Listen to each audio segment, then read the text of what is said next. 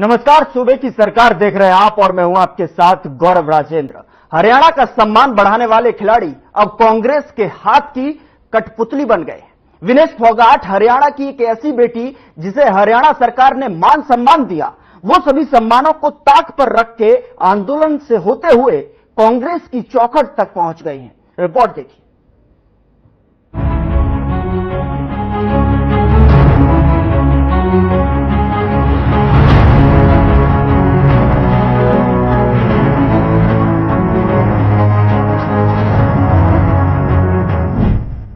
हरियाणा की बेटी अब हुई कांग्रेस की बेटी।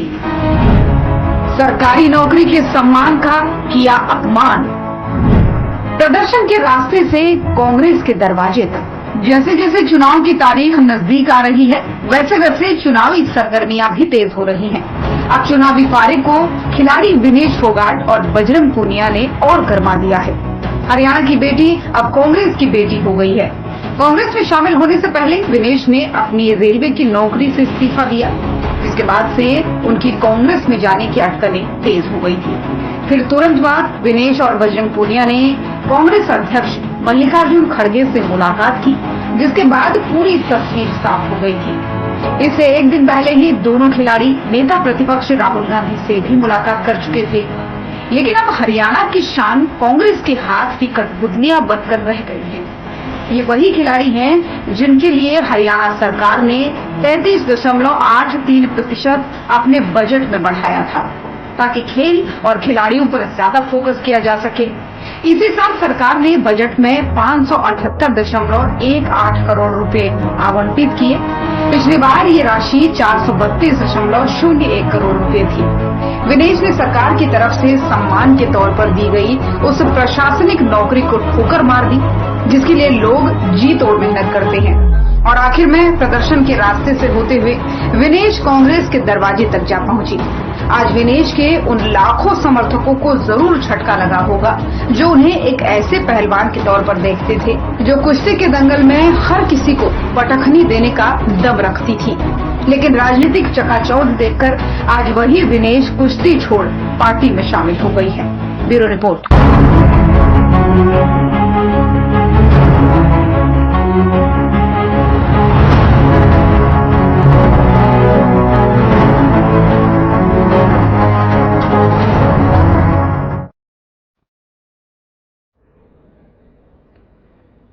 तो आपने देखा कि किस तरीके से हरियाणा की बेटी अब जो है कहीं न कहीं कांग्रेस की बेटी बनकर यहां पर दिखाई दे रही है। चूंकि अब कांग्रेस मुख्यालय से ये तस्वीरों ने जो है कहीं न कहीं लाखों समर्थकों को हिला के रख दिया होगा कि जंतर मंतर से जिस तरीके से लड़ाई की आवाज बुलंद करने वाली लाखों जो बेटी आज राजनीति का कहीं न कहीं शिकार होती नजर आ रही है, या फिर यूं कहें कि राजनीति का दामन और हाथ थामती हुई नजर आ रही है।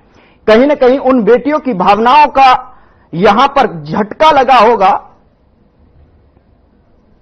जो कि इन खिलाड़ियों से जो है उम्मीद रख रही थी कि उनको न्याय मिलेगा, फेडरेशन में बदलाव होंगे।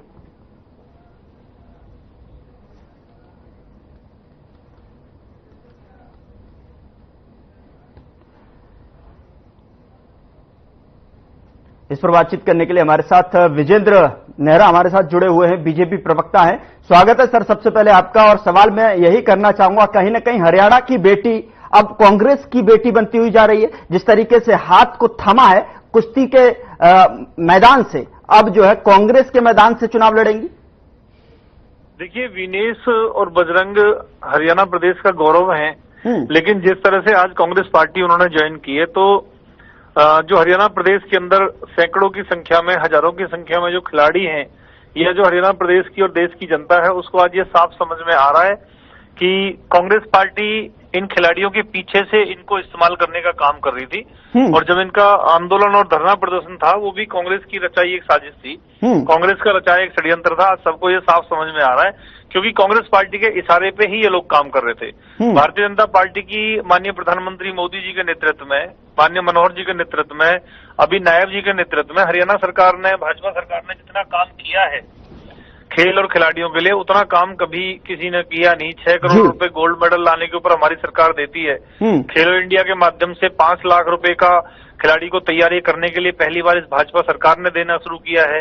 गांव गरीब किसान के जो बेटा और बेटियां हैं वो खेल में निकले आगे, इसलिए खेल नर्सरियां हमारी सरकार ने शुरू की हैं, जिसमें लगभग 3,000 रुपए डाइट के हर खिलाड़ी को मिलते हैं। 25,000 रुपए कोच रखने की व्यवस्था हमारी सरकार करती है।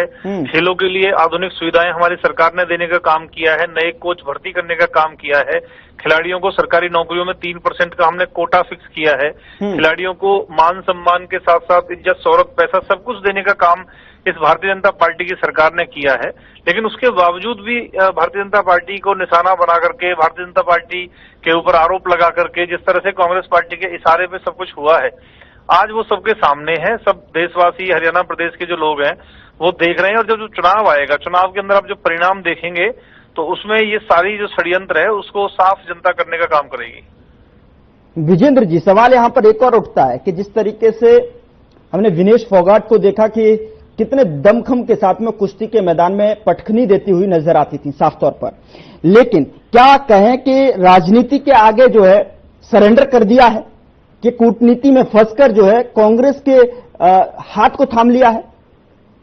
देखिए, बिल्कुल वो मैं कह रहा हूँ शानदार खिलाड़ी हैं, उन्होंने हरियाणा का मान सम्मान पूरी दुनिया में बढ़ाया है। लेकिन कांग्रेस पार्टी के राजनीतिक षड्यंत्र में ये दोनों खिलाड़ी बजरंग और विनेश फंस चुके हैं बुरी तरीके से। और ये जिस तरह से कांग्रेस पार्टी के लोग हैं या हुड्डा साहब हैं, उनके सुपुत्र हैं, जिस तरह से वो एयरपोर्ट पे आए थे, उनको कैप्चर करने का काम किया इन्होंने जी, और अपनी बातों में लेकर के जिस तरह से उनको भारतीय जनता पार्टी के खिलाफ उकसाया है, उनका इस्तेमाल किया है। मैं तो कह रहा हूं आज ही हरियाणा प्रदेश और देश की जनता इस सबको देख रही है और आने वाले चुनाव के अंदर ये सब चीजें उनके सामने आएंगी। ठीक है, चलिए सर, बहुत बहुत शुक्रिया हमारे साथ जुड़ने के लिए, बातचीत करने के लिए। बढ़ते हैं आगे, अगली खबरों का रुख करते हैं। बीजेपी की लिस्ट आने के बाद अब पार्टी के उम्मीदवारों ने नामांकन जो है शुरू कर दिया है। बल्लभगढ़ से बीजेपी प्रत्याशी और कैबिनेट मंत्री मूलचंद शर्मा ने अपना नामांकन पत्र दाखिल किया। बता दें कि नामांकन से पहले शर्मा ने सेक्टर 2 कार्यालय पर हवन पूजन भी किया और उसके बाद रोड शो करते हुए नामांकन करने पहुंचे।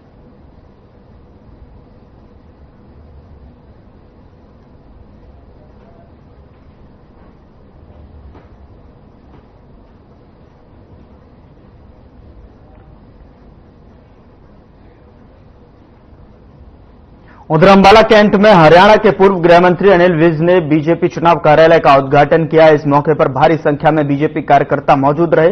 कार्यक्रम की शुरुआत हवन यज्ञ कर हुई। अनिल विज ने मंच से लोगों को संबोधित किया और कांग्रेस पर जमकर भड़ास निकाली। तो वहीं मीडिया से बातचीत करते हुए पूर्व गृह मंत्री अनिल विज ने कांग्रेस की लिस्ट अभी तक जारी न किए जाने पर भी तंज कसा है। उन्होंने नेशनल कॉन्फ्रेंस के नेता अमर अब्दुल्ला के बयान पर भी तीखी प्रतिक्रिया दी, जिसमें उन्होंने लोगों से अपील की थी कि मेरी इज्जत, मेरी टोपी अब आपके हाथ में है, आप इसकी लाज रखना। साथ ही उन्होंने कांग्रेस की आपसी लड़ाई पर भी तंज कसा और कहा कि ये लड़ाई उनकी कोई नई लड़ाई नहीं है। वहीं राजस्थान में बच्चों को मिलने वाली साइकिल के केसरिया रंग पर कांग्रेस ने सवाल उठाए थे, जिस पर अनिल विज ने तीखी प्रतिक्रिया दी। साथ ही उन्होंने राहुल गांधी को राजीव गांधी से ज्यादा बुद्धिमान बताया था।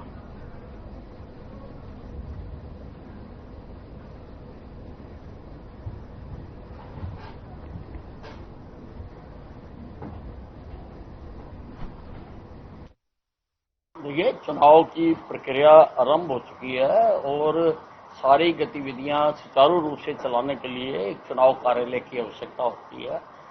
तो इसलिए आज चुनाव कार्यालय का उद्घाटन किया गया था। अंबाला छावनी में विकास के अनेक काम हुए हैं और मेरा तो नारा रहा है, काम किया है, काम करेंगे। इसी नारे के ऊपर वोट देंगे, बहुत अच्छे मार्जिन से जीतेंगे और सबसे ज्यादा सबकी जमानतें जब्त करवाएंगे।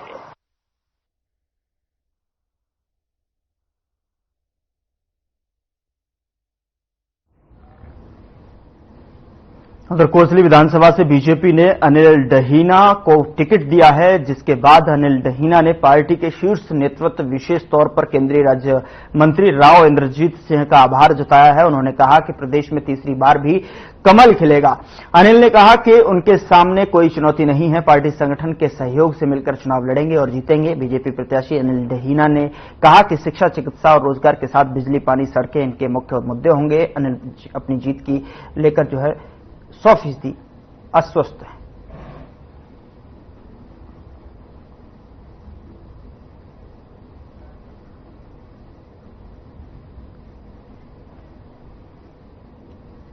सबसे पहले तो मैं शीर्ष नेतृत्व और राव इंद्रजीत सिंह का धन्यवाद देना चाहता हूं कि उनने सभी ने मेरे पे विश्वास जताया और मुझे यहां का उम्मीदवार बनाया कोसली विधानसभा का। मैं राव साहब के साथ 2012 से जुड़ा हुआ हूं और 2014 में राव साहब ने बीजेपी ज्वाइन करी तो मैंने भी उन्हीं के साथ बीजेपी में ज्वाइन कर लिया। अभी बीजेपी सरकार तो हमारी 10 साल से ही हुई है, 2 योजना हुई है। उससे पहले कांग्रेस का कार्यकाल था, उसके अंदर बहुत कमियां रही, उपेक्षा का बिल्कुल शिकार रही, कोई भी काम नहीं हो पाए। एक फ्लाईओवर जो बना था कोसली, उसमें भी काफी भ्रष्टाचार रहा, जो आज सबके आगे है कि उसके क्या हालात है। उधर चंडीगढ़ में कांग्रेस प्रवक्ता आलोक शर्मा ने प्रेस कॉन्फ्रेंस की। उन्होंने हरियाणा में बेरोजगारी समेत दूसरे मुद्दों को लेकर सरकार पर निशाना साधा। 2014 में हरियाणा में पहली बार फरवरी के महीने में आए और शुरुआत उन्होंने रेवाड़ी से की। आप लोगों को भी याद होगा कि जनरल वीके सिंह और तमाम फौजी साथियों को, हमारे जांबाज फौजी साथियों को संबोधित करते हुए उन्होंने 2-3 भाषण दिए और उसमें मुख्य तौर पर यह कहा गया कि मर जवान और मर किसान, ये नारा मोदी जी का रहा और इस नारे के साथ उन्होंने हमारी आलोचना की, हमारी सरकार की आलोचना की। सब लोग भूल गए इस नारे को। आज हम पूछना चाहते हैं मोदी जी से कि मर जवान और मर किसान का जो आरोप आपने हमारे ऊपर लगाया था, क्या युवाओं की आपने 10 साल में डबल इंजन की जो सरकार चलाई, उसमें कभी भी आपने युवाओं की सुध ली क्या? आज वैसे जनरल वीके सिंह जी दिखाई नहीं दे रहे हैं, हरियाणा से ही बिलोंग करते हैं, भिवानी जिले से। इस बार पता नहीं कहां है वो, न चुनाव में उनका कहीं पर भी कोई अता पता है, न फौजियों की कोई बात है, न युवाओं की कोई बात है। तमाम जो आंकड़े हैं, अगर हम सीएमआई का आंकड़ा देखें तो लगभग 37 से 38% एक जो युवा वर्ग की बेरोजगारी दर है वो हमारे सामने आती है हरियाणा में।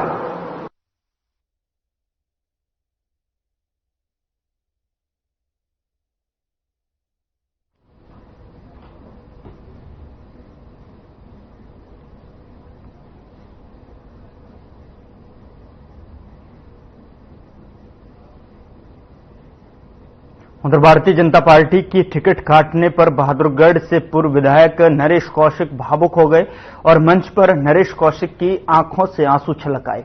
इस दौरान नरेश कौशिक ने अपने छोटे भाई दिनेश कौशिक को मंच से अहंकारी कहा और साथ में अपशब्दों का भी प्रयोग किया। बता दें कि दिनेश कौशिक को बीजेपी ने बहादुरगढ़ विधानसभा क्षेत्र से टिकट देकर चुनावी मैदान में उतारा है। नरेश कौशिक ने भावुक होकर कहा कि दिनेश कौशिक इतने अहंकारी हैं कि उनकी बेटी की शादी में भी अपने सगे भाई को उन्होंने नहीं बुलाया। इतना ही नहीं, दिनेश कौशिक को टिकट मिले 4 दिन हो गए हैं, मगर उनका फोन अभी तक पूर्व विधायक नरेश कौशिक के पास नहीं आया।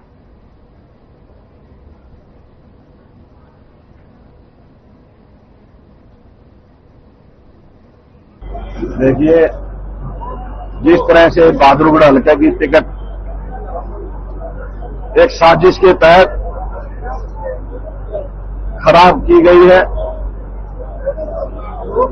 और एक मेरे खिलाफ मिलकर बहुत बड़ी साजिश जिला अध्यक्ष ने और कुछ स्वयंभू नेताओं ने, जो अपने आप को बड़े नेता बताते हैं और अपनी सीट भी नहीं निकाल सकते, ऐसे नेताओं ने विपक्ष के साथ मिलकर अपनी सीट निकालने के चक्कर में झज्जर जिले की सारी सीटें विपक्ष को थाली में रखकर दे दी।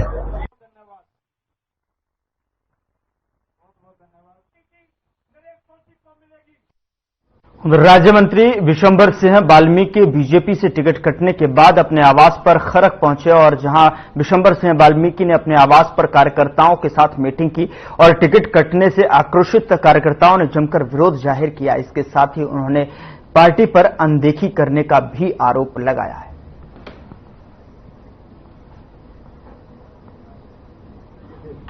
जिसमें और भी मेरे साथी हैं, कई गए भी हैं। देखिए, एक पार्टी की परिपाटी है, पार्टी का अपना नियम है, उनको जैसा उचित लगता है वो शीर्ष नेतृत्व वो करता है और मैं इस फैसले का स्वागत भी करता हूं और मैं इस फैसले को स्वीकार भी करता हूं। इसके साथ साथ इतना जरूर मैं आपकी मीडिया के माध्यम से कहना जरूर चाहूंगा, मैं संगठन का कार्य करता हूं, संगठन में रहूंगा, मैं कहीं नहीं जाऊंगा। हाँ, कार्यकर्ताओं में गांव की खरकलंगा बहुत बड़े गांव है मेरे, दामान खाप के गांव हैं, लगभग 52-53 हजार वोट इस गांव के आसपास हमारे 7 गांव पड़ते हैं उनके हैं। 10 दिन में 11 कर लेंगे।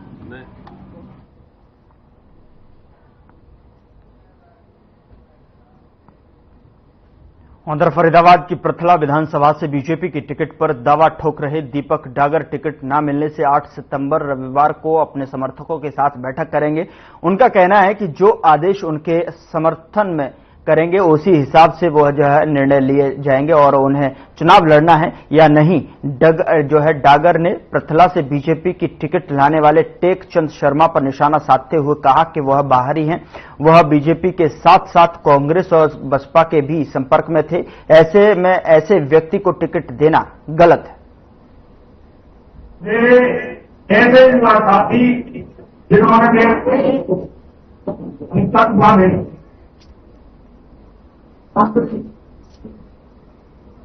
मैं एक ही बात कहूंगा, हम जारी है, मैं दरवाजे पर बैठूंगा और फिर गिरफ्तार करके जाऊंगा, ठीक है?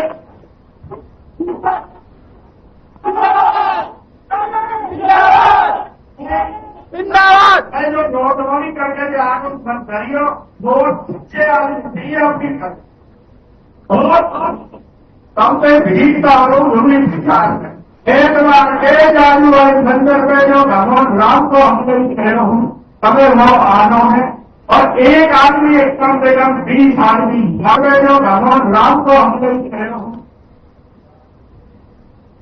उधर अंबाला विधानसभा क्षेत्र में बीजेपी का कुनबा बढ़ता जा रहा है। मौजूदा विधायक एवं मंत्री असीम गोयल को पार्टी द्वारा टिकट दिए जाने के बाद भारी तादाद में महिलाएं भी शामिल हुई। बता दें कि असीम गोयल के पैतृक गांव नन्योला में लगभग 60 से अधिक महिलाओं ने असीम गोयल की मौजूदगी में भाजपा का पटका पहनकर बीजेपी का दामन थामा। तो क्षेत्र में लगातार बीजेपी का कुनबा बढ़ता जा रहा है। उनमें से एक जो है ये तस्वीर महिलाओं ने, जिसमें कि 60 से भी अधिक महिलाओं ने बीजेपी का दामन थामा है।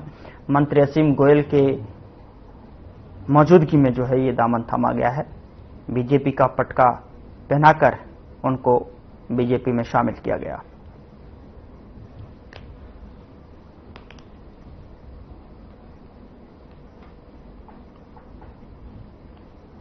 तो क्षेत्र में लगा देखिए, आज नन्योला गांव में आप देख सकते हैं कि भारी उत्साह महिलाओं में देखने को मिल रहा है। आज हमने यहाँ पे 50 से 60 लेडीज को यहाँ पे ज्वाइन करवाया है। सभी बहनों ने बड़ी उत्साह के साथ 50 से 60 बहनों ने भारतीय जनता पार्टी को ज्वाइन किया है और हमारे मंत्री असीम गोयल जी, जो कि अपने व्यस्त समय में से समय निकालकर इन बहनों को आज खुद आकर यहाँ पर ज्वाइन करवा के गए हैं भाजपा में। तो सभी बहनें बहुत ही उत्साहित हैं कि आज से हम भाजपा में ज्वाइन हो गए हैं और पूरी कड़ी मेहनत के साथ सभी बहनों ने एक साथ बोला है कि हम भाई असीम गोयल जी को पूरी भारी मतों से यहां से जिताकर भेजेंगे।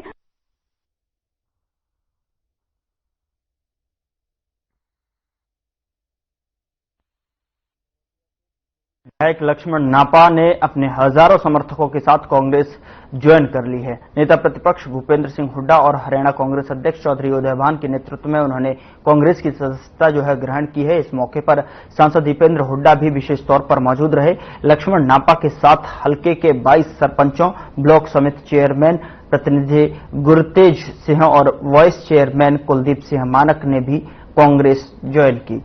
बता दें कि हुड्डा और उदयभान ने सभी का पार्टी में स्वागत किया। उन्होंने कहा कि लक्ष्मण नापा और उनके साथियों ने सही समय पर सही फैसला लिया है।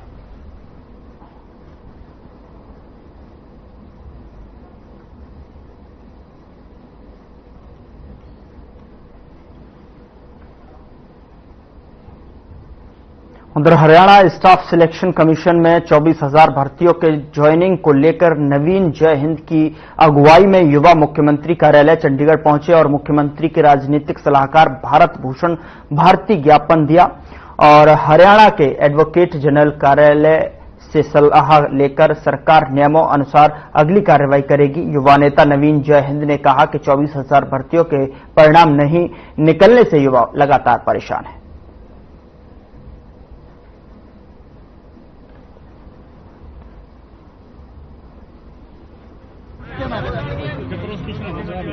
मुख्यमंत्री साहब से मिलने के लिए इसलिए आए और पूर्व मुख्यमंत्री भूपेंद्र हुड्डा साहब, नायब सैनी साहब, ये जो 25,000 वैकेंसी हैं जो एक खटके में जिनकी ज्वाइनिंग हो सकती है उनको रोक रखा है और राजनीतिक रूप से फुटबॉल बना रखी है बेरोजगारों की। भारतीयों को गैंग के नाम पे हमें समझ में नहीं आ रहा क्या चल रहा है। गैंग कोई बड़ा होता है या सरकार बड़ी होती है।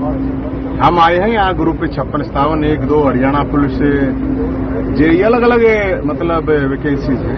यहाँ पर एक डेलीगेशन का है जी, इन्होंने पुलिस भर्ती के अंदर जो अभी 2024 में हुई है जी, इसके बारे में आया है कि हमारा रिजल्ट रुका हुआ है, इसको रिजल्ट को निकाला जाए और हमें ज्वाइनिंग जी, वो जानकारी इन्होंने दी है बच्चों जी, तो मेरे पास जानकारी जी, के मुताबिक इलेक्शन कमीशन ऑफ इंडिया ने भर्ती नई जो है जब से आचार संहिता लगी है उसके दौरान जो है प्रतिबंध लगाया हुआ है। जी,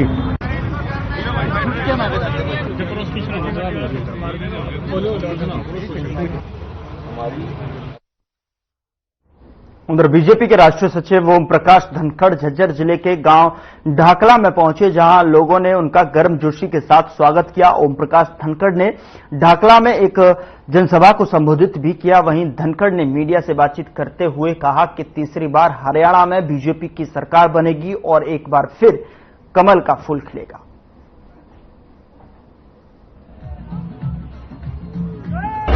राम राम का गांव के तीर्थों का आशीर्वाद लेने के लिए पहुंचा हूं और जिस तरह से ठाडा आशीर्वाद ट्रकों के पीछे लिखे रहता है ना, बापे दी फुल कृपा, ऐसे फुल कृपा के साथ गांव का आशीर्वाद मिला है।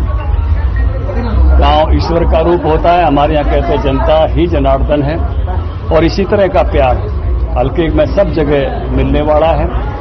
आज तीनों कैंडिडेट यहाँ पर कप्तान बिरधाना जी, संजय कमलाना जी, हम तीनों गांव में। फिलहाल बुलेटिन में इतना ही। नमस्कार।